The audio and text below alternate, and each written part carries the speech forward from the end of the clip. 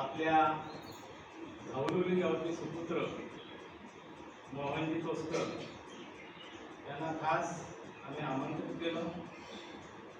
ते मुंबईमध्ये अग्निशमन दलामध्ये कार्यरत होते आणि त्यांनी केलेल्या उल्लेखनीय कार्याबद्दल त्यांना राष्ट्रपती पदक मिळालेले आणि त्या निमित्तानं ते आपल्याकडे पहिल्यांदाच आले। आपल्या प्रशालेच्या वतीने आपण त्यांना चहा आणि श्रीफळ देऊन त्यांचा सत्कार करणार आहोत।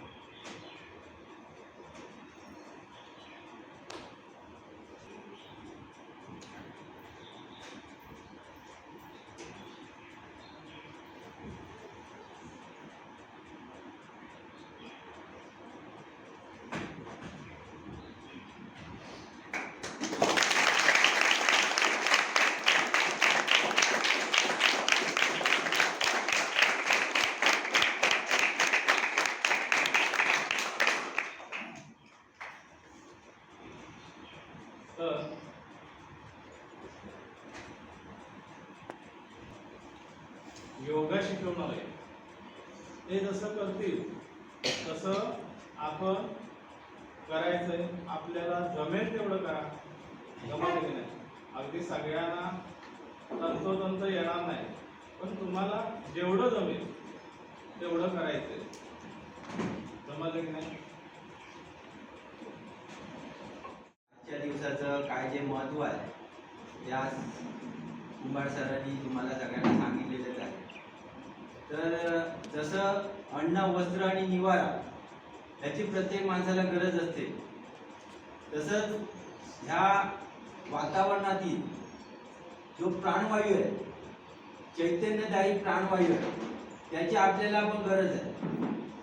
कारण तो प्राणवायू जेव्हा आपण श्वास आणि उच्छ्वास, तुम्ही शिकलेलेच आहात, आता शास्त्रामध्ये जेव्हा आपल्याला शिकवतात तेव्हा श्वास जो आपण घेतो आणि उच्छ्वास सोडतो, जेव्हा आपला श्वास बंद होतो तेव्हा आपण देवाघरी जातो। त्याच्यामुळे हा जो चैतन्यवायू प्राणवायू आहे त्याची आपल्याला आपल्या शरीराला सगळ्याला गरज आहे। लक्षात आलं का? तो जर आपल्याला पुरेशा प्रमाणात आपण घेत राहिलो आणि घेतला तर आपलं शरीर मजबूत, दणकट आणि एकदम उत्साही बनतं। तर त्याच्यासाठी योगाचा अभ्यास भरपूर आहे। लक्षात आलं का? आपले जे ऋषीमुनी होते 100 वर्षापूर्वी 150, 200 वर्ष जगायचे, जंगलात राहायचे, कंदमुळं खायचे आणि ते योगा करायचे।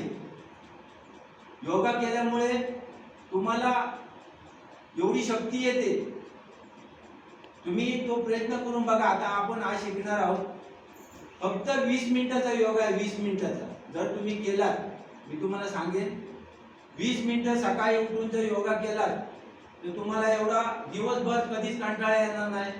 अभ्यास करायला, वाचायला, खेळायला तुमच्या शरीरामध्ये एक वेगळी एनर्जी निर्माण राहील। लक्षात आलं का? तर त्याच्यासाठी आज आपण योगा शिकतोय। त्याला काय बोलतात? पूरक। आणि श्वास सोडतो त्याला रेचक। आपल्या शास्त्रामध्ये काय कसे शिकलो आपण? श्वास घेतो त्याला श्वासोश्वास है ना, आणि जेव्हा सोडतो तो उच्छ्वास, बरोबर ना? तर योगामध्ये याला श्वास घेणं त्याला पूरक बोलतात, श्वास सोडतो त्याला रेचक बोलतात। म्हणजे बेसिक तुम्हाला एक गोष्ट सांगू। दुसरी गोष्ट अशी आहे, ही डावी नाकपुडी आहे ना आपली, तिला काय बोलतात? चंद्रनाडी।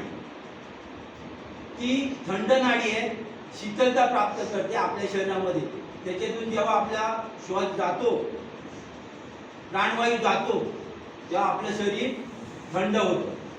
आणि ही उजवी नाडी आहे, उजवी नाकपुडी उष्ण नाडी आहे, त्याला काय बोलतात? सूर्य नाडी। डावी नाकपुडी चंद्रनाडी, उजवी नाकपुडी सूर्यनाडी. लक्षात आलं? डाव्या नाकपुडीला दुसऱ्या भाषेत इडा म्हणतात, उजव्या नाकपुडीला पिंगला पण बोलतात. लक्षात आलं? इथपर्यंत झालं. आता ह्या योगामध्ये योगा करताना 3 बंद आहेत. 3 बंद म्हणजे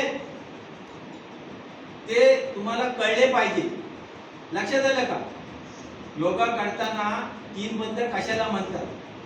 आपण जेव्हा श्वास घेतो, आपलं गुदद्वार आपण वरती खेचतो, त्याला मूलबंद म्हणतात. आता पोट आतमध्ये घेतलं, पोट आतमध्ये खेचलं ना आपण, त्या पोट आतमध्ये खेचण्याला काय बोलतात? उडियान बंद. काय बोलतात? उडियान बंद. आणखी श्वास घेऊन जेव्हा रोखून धरतो आणि ही हनुवटी आपण इथे लावतो ना, त्याला जालंधर म्हणतात. जालंधर बंद. काय बोलतात? जालंधर बंद बोलतात. लक्षात आलं? मी तुम्हाला पॅम्पलेट देईन ना, त्याच्यामध्ये त्याची माहिती आहे, तुम्हाला समजेल. आणि मी जेव्हा जेव्हा येईन तेव्हा तुम्हाला मी ते सगळं सांगेन. लक्षात आलं? आता योग म्हणजे काय? योगाचे 8 प्रकार आहेत. यम, नियम, आसन, प्राणायाम, प्रत्याहार, धारणा, ध्यान आणि समाधी, असे 8 अंग आहेत त्याची. तर आपल्याला योग म्हणजे प्राणायाम जे करायचे तो 4था प्रकार आहे.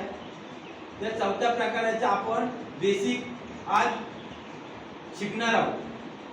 त्याच्यामध्ये पण प्राणायाम मध्ये 8 प्रकारचे प्राणायाम आहेत. लक्षात आलं का? ते आज आपण शिकणार आहोत. तर सांगेन तसं तुम्ही हे करायचं. उगाच असं काय करायचं नाही. लक्षात आलं? तर तुम्हाला मी सांगतो. प्राणायाम भस्त्रिका. थांबा. पहिला प्राणायाम भस्त्रिका. भस्त्रिका म्हणजे भरणं, श्वास घेणं. आणि तो श्वास जेव्हा आपण घेणार नाकाने, ज्या गतीने घ्यायचा त्याच गतीने सोडायचा. ते कशासाठी? आपल्या मेंदूला हा प्राणवायू पुरवला पाहिजे. प्राणवायू आपल्या मेंदूमध्ये गेला पाहिजे. आणि तो प्राणवायू आपल्या मेंदूमध्ये गेल्यामुळे आपल्याला मेंदूमधल्या ज्या रक्तवाहिन्या आहेत त्या उत्तेजित होणार, रक्तस्राव चांगला होणार. लक्षात आलं? आणि आपले डोकेदुखी वगैरे जे काय प्रकार घडतात ना, ते आपल्याला होणार नाही. लक्षात आलं? पहिला प्राणायाम आपला कपालभाती म्हणजे हे आपल्या पोटाला स्ट्रोक द्यायचे. त्याच्यामुळे आपल्या हृदयामध्ये स्पंदन चांगलं होऊन रक्त पुरवठा चांगला होणार. लक्षात आलं? आणि त्या ह्याच्यामुळे आपण जो श्वास सोडणार त्या ह्याच्यामुळे आपल्या आपल्या चेहऱ्यावर एक वेगळ्या प्रकारचं तेज येतं. बघा, मी दररोज करतो, माझ्या चेहऱ्यावर तेज बघा, आहे ना? आहे ना तेज? माझं वय किती माहिती आहे का? 60 वर्ष आहे. किती? मी 60 वर्षाचा आहे. लक्षात आलं का? तर आपल्या चेहऱ्यावर असं तेज येतं. ह्या डोळ्याखाली, भुवयाखाली जे काय आपल्या असे रेषा वगैरे असतात ना, त्या सगळ्या जाणार. हा कुठला प्राणायाम? कपालभाती. दुसरा. तिसरा प्राणायाम बाह्य प्राणायाम. बाह्य प्राणायाम म्हणजे तिन्ही बंद लावणं. आता मी तुम्हाला सांगितलं ना, मूलबंद, उडियान बंद आणि जालंधर बंद. जर तुमच्या डोक्यावरनं जात असेल पण ते मला हे सांगणं जरुरीचं आहे. लक्षात आलं? आपण एकदा सुरुवात केली ना, नेहमी मी आलो ना की तुम्हाला ते समजलं. लक्षात आलं? तर हा तिसरा प्राणायाम आहे बाह्य प्राणायाम. पोट आतमध्ये घ्यायचं आणि नोटी लावून, कारण जी शक्ती आहे आपल्या पोटामध्ये वगैरे जी शक्ती आहे ती एकदम मजबूत राहणार. लक्षात आलं का? चौथा प्राणायाम उज्जाई. उज्जाई म्हणजे आपण असं करणार बघा. त्याच्यामुळे काय होतं, जे आपल्या घशाचे जे काय व्याधी आहे, रोग आहे, ते सगळे निघून जाणार. लक्षात आलं?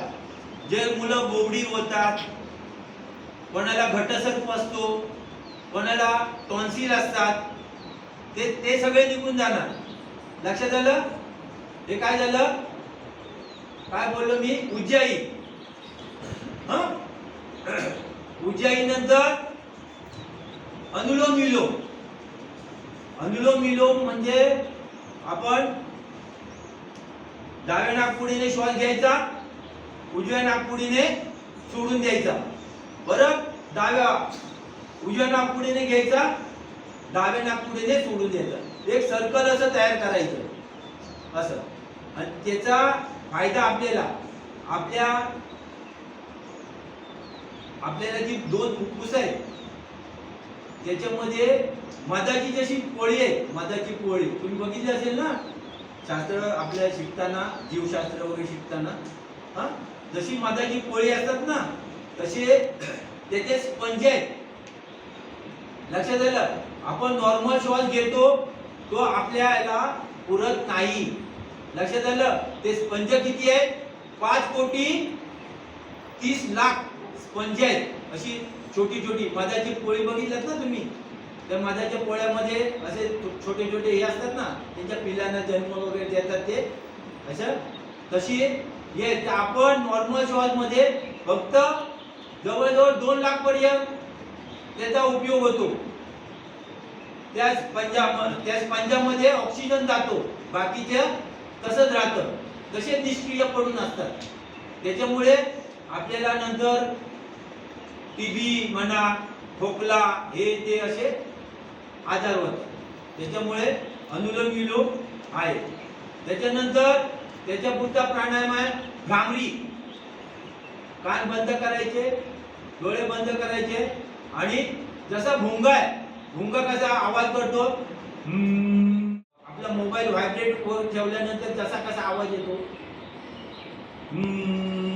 असा, त्याच्यामुळे आपल्या ह्या मेंदू मधल्या ज्या रक्तवाहिन्या आहेत सगळ्या, त्याला रक्त पुरवठा चांगला होणार, तुमची बुद्धी चांगली होणार, तुम्हाला एकदम फ्रेश वाटणार, तुम्ही जो अभ्यास केलेला आहे तो तुमच्या चांगल्या लक्षात राहणार. लक्षात आलं? त्याच्यानंतर 7वा प्राणायाम आहे ओंकार जप. स्वस्थ बसायचंय आणि डोळे बंद करायचे, श्वास घ्यायचा जसा पहिला आपण केलं ना ओम तसा. ओके. आणि 8वी जी क्रिया आहे ध्यान धारणा आणि समाधी. स्वस्थ बसायचं, आपण नॉर्मल श्वास घ्यायचा आहे. आपण श्वास घेतो हे समोरच्या माणसाला पण कळलं ना पाहिजे. जर आपल्या नाकावर कापूस ठेवला तरी तो पण हालता कामा नये, एवढा नॉर्मल श्वास घ्यायचा. आणि आपले मनचक्र आहे तिथे नजर लावायची. चांगले वाईट कुठलेही विचार मनात आणायचे नाहीत. आणि एक दिव्य ज्योत दिसते आपल्याला, मला या भरपूर अभ्यास करावा लागेल. तर त्याच्यासाठी म्हणजे ती समाधी, म्हणजे माणूस समाधीमध्ये जातो. लक्षात आलं? असे आपल्याला किती 8 प्राणायाम शिकायचे. ओके. पहिला प्राणायाम आपण शिकणार आहोत कुठला? भ्रमरिका. काय करायचंय? ताठ बसायचंय. प्राणायाम करताना ताठ बसायचं. कारण काय माहितीये का, आपल्या ताठ बसायचं काय, आपण जेव्हा प्राणायाम करणार ना तेव्हा एक सूक्ष्म सुषुम्ना नाडी म्हणून आहे. सूक्ष्म ती कुठे जाते? आपले हे माकड आहे ना, माकड हाड आहे ते इथून आहे ना आपल्या कण्यातून आपल्या सहस्रार चक्रापर्यंत आहे. आणि आपल्या शरीरामध्ये 8 चक्र आहेत. किती चक्र आहेत? एक मूलाधार चक्र आपल्या गुदद्वाराजवळ जे आहे ते मूलाधार चक्र, त्याच्यावरती 1-1.5 इंच स्वादिष्टान ओटीपोटामध्ये म्हणजे बेंबीच्या खाली, आणि आपली ही जी बेंबी आहे ना ती मणिपूर, स्वादिष्टान मूलाधार 1 number, 2 number Swadhisthana, 3 number Manipur, 4 number हृदय चक्र. हृदय कुठे असतं आपल्या? हृदय आपल्याला कुठे आहे? उजव्या बाजूला आहे की डाव्या बाजूला? ए बाळांनो, हृदय कुठल्या बाजूला आहे? डाव्या बाजूला हृदय चक्र. आणि ह्या 2 आपल्या वक्षस्थळ आहेत, तर त्याच्यामध्ये अनाहत चक्र. लक्षात आलं? हा आपला कंठ आहे तो विशुद्धी चक्र. कंठ एवढ्या ह्याच्यामध्ये हा विशुद्धी चक्र, आणि ह्या 2 भुवयाच्या मध्ये जे आहे ते मनन चक्र. आणि आपल्या ताळू बोलतो ना आपण, हा ते कुठलं आहे? सहस्त्रार चक्र. कुठलं? सहस्त्रार चक्र. 8 चक्र आहे. परत सांगतो, मूलाधार चक्र, त्याच्यावरती स्वादिष्टान, मणिपूर, हृदय, अनाहत, विशुद्धी, मनन चक्र आणि सहस्त्रार. पाय दुखले का तुमचे? जरा सोडा पाय पुढे. मला माहिती आहे दुखणार तुमचे, तुम्हाला सवय नाही. मी 1 तास बसू शकतो असा. हे बघा, असे पाय करा पुढे, असे परत मागे आणा, असे पुढे घ्या, परत मागे आणा, पुढे घ्या, परत मागे आणा. झालं? त्याच्यानंतर काय करायचं? डाव्या बाजूने फिरवायचं उजव्या बाजूला, असे पूर्ण सवय झाली पाहिजे. नंतर उलट करायचं, रिवर्स त्या बाजूने गोट्यातून फिरवायचे. लक्षात आलं? ओके, हे दररोज करायचंय तुम्ही. नंतर थोडं अंतर ठेवायचं. पायाला मुंग्या वगैरे येतात ना, तेव्हा काय करायचं? असे अंगठे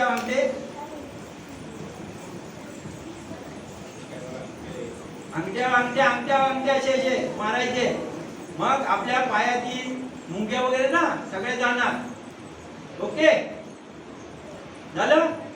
आता त्याच्यानंतर बटरफ्लाय करायचं. काय करायचंय? बटरफ्लाय.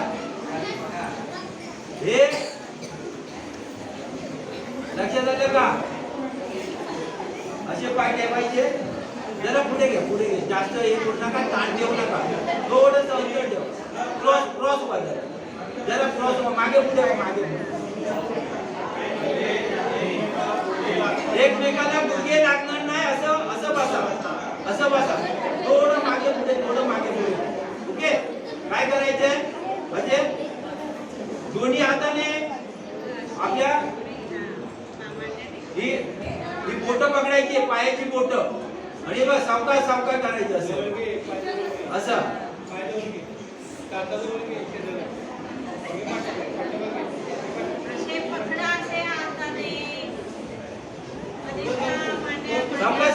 सावकाश करा.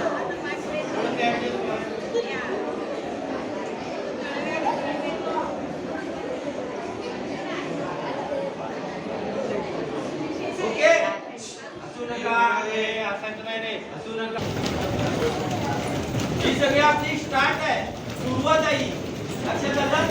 नंतर असं थोडंसं लावायचं. बाय, मस्त. आता बघा कशी एनर्जी येणार तुम्हाला. वाव. नंतर काय करायचं असं बघा.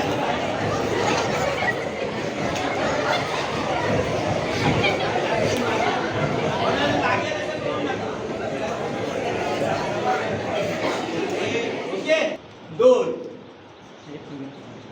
खाली आलो, 3, डावा पाय 4, उजवा पाय 5, खाली आलो 6, वरती 7, उजवा पाय 8, डावा पाय 9, परत पाठीमागे 11 आणि 12 असा हा सूर्य नमस्कार आहे. बघा परत हा. 2, हॅलो खाली 3, डावा पाय 4, उजवा पाय 5, वरती आलो 8, उजवा पाय परत कुठे घेतला 9, डावा पाय घेतला 10, 11 आणि हा 12. शिकू आपण सगळेजण एकदम लक्षात आलं. हे माझे पाय बघा. हा चला बसा वज्रासनामध्ये. बसा आणि बसल्यानंतर काय करायचं दाखवा. वज्रासनामध्ये बसायचं. एक वज्रासन बोलायचं नाही. पाय मागे दुमडायचे. शाबास. आणि पायावर बसायचे मागच्या. हा मागचे जे 2 टाच आहेत ना त्या टाचेवर बसायचं. आणि ही सवय करायची आपल्याला. अभ्यास करताना पण असंच बसायचं थोडा वेळ. लक्षात आलं. हे जरा आई जा रे.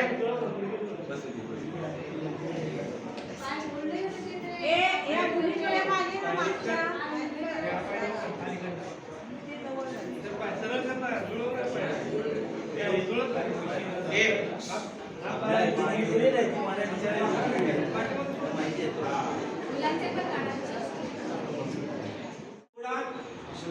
आणि छातीजवळ ठेवायचे.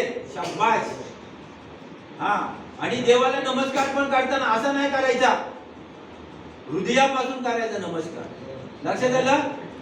आणि आता डोळे बंद करायचे आणि 3 वेळा ओम बोलायचं. किती वेळा. थांबा मी तुम्हाला दाखवणार.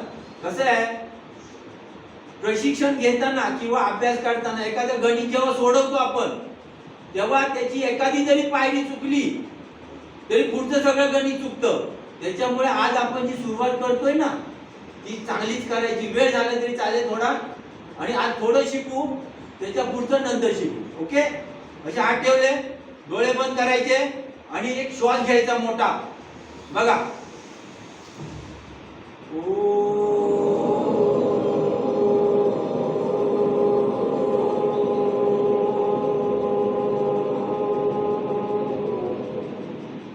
परत श्वास घ्या. परत ओम बोला.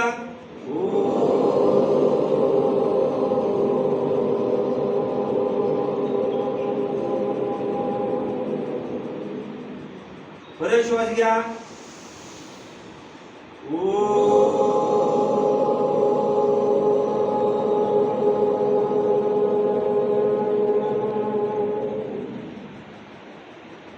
तीन वेळा झालं. डोळे तसेच बंद करायचे आणि आता गायत्री मंत्र जपायचा आहे. काय म्हणायचं आहे. गायत्री मंत्र.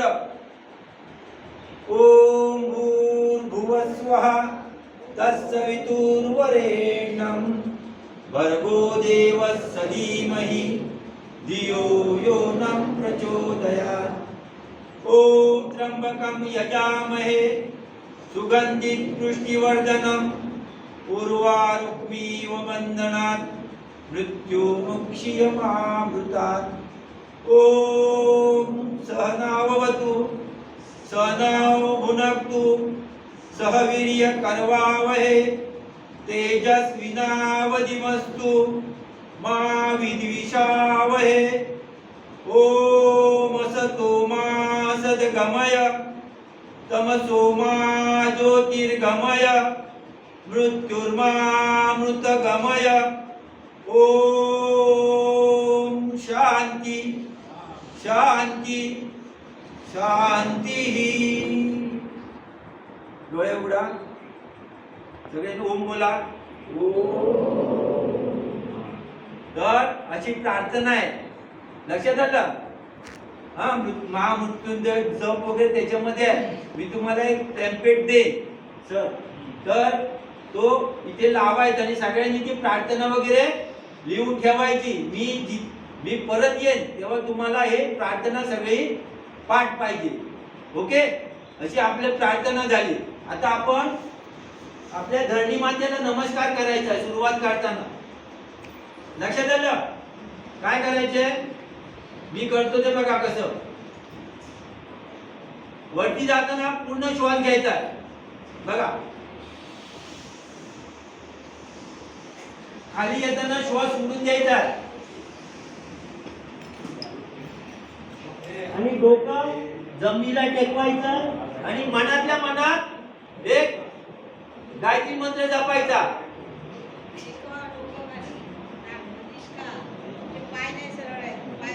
नमस्कार करायचा आहे, नमस्कार. परत वरती यायचंय. हात जोडायचे. परत श्वास घेत वरती यायचंय. हात जोडायचे लागते. परत खाली जायचंय आणि मनातल्या मनात एक गायत्री मंत्र जपायचाय. हात जोडायचे. हात जोडायचे. हात जोडायचे. परत श्वास घेत वरती या. परत खाली जायचं. डोकं टेकवायचं आणि एक गायत्री मंत्र जपायचा आहे मनातल्या मनात. असं 3 वेळा करायचंय. हात पसरायचे नाही, जोडायचे. काही नाट पसरले. चला वरती श्वास घेत वरती या. हात खाली ठेवा. आता करायचंय हे जी दुमडली ना आपल्या बेंबी आहे ना तिथे ठेवायचं असं. लक्षात आलं? आणि काय करतो मी आधी करतो ते बघा. आणि तिथे काय करू नका बघा.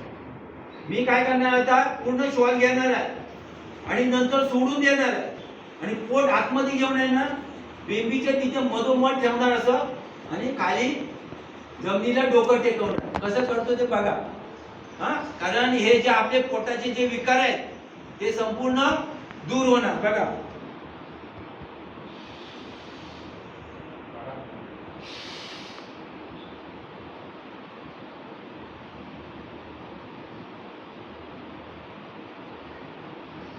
आणि मी डोकं टेकवल्यानंतर मनाच्या मनात एक गायत्री मंत्र जपणार आहे. तो पूर्ण झाल्यानंतर परत मी उठणार आहे बघा.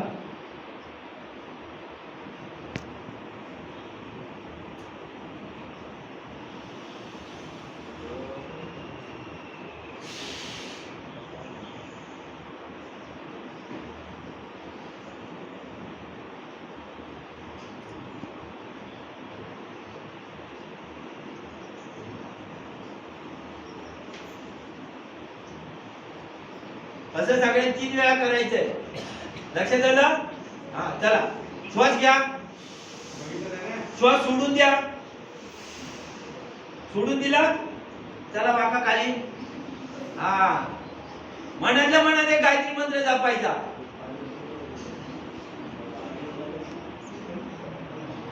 चला श्वास घेत वरती या. परत श्वास सोडा. श्वास सोडायचा. पूर्ण श्वास सोडायचा आणि पोट आतमध्ये घ्यायचं. चला खाली. मनातल्या मनात एक गायत्री मंत्र जपायचा. डोकं लागलं पाहिजे जमिनीला.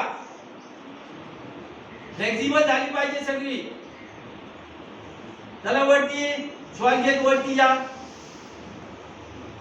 परत श्वास सोडा पूर्ण. परत खाली या. मनातल्या मनात गायत्री मंत्र जपायचा.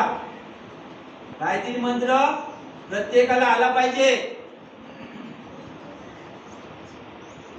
आपल्या भारतीय संस्कृतीमध्ये गायत्री मंत्राला एक महत्व आहे.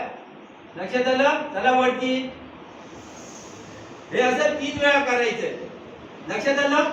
त्याच्यानंतर हे आपलं जे हाताचा खड्डा आहे ना डाव्या, काय करायचं बरोबर बेंबीवर ठेवायचा असं असं आणि उजवा हात त्याच्यावरती आणि ही स्तुती करायची.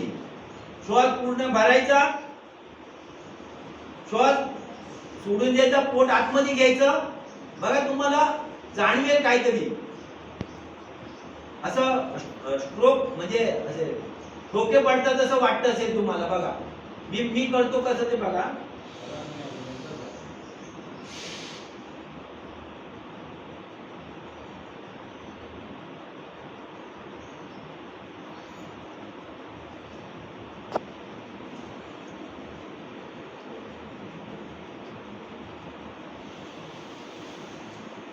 आता जसं मी केलं तसं सगळ्यांनी करायचं. ओके, श्वास घ्या सगळ्यांनी, श्वास सोडा, चला खाली. गायत्री मंत्र जपायचा सगळ्यांनी. शाबाश.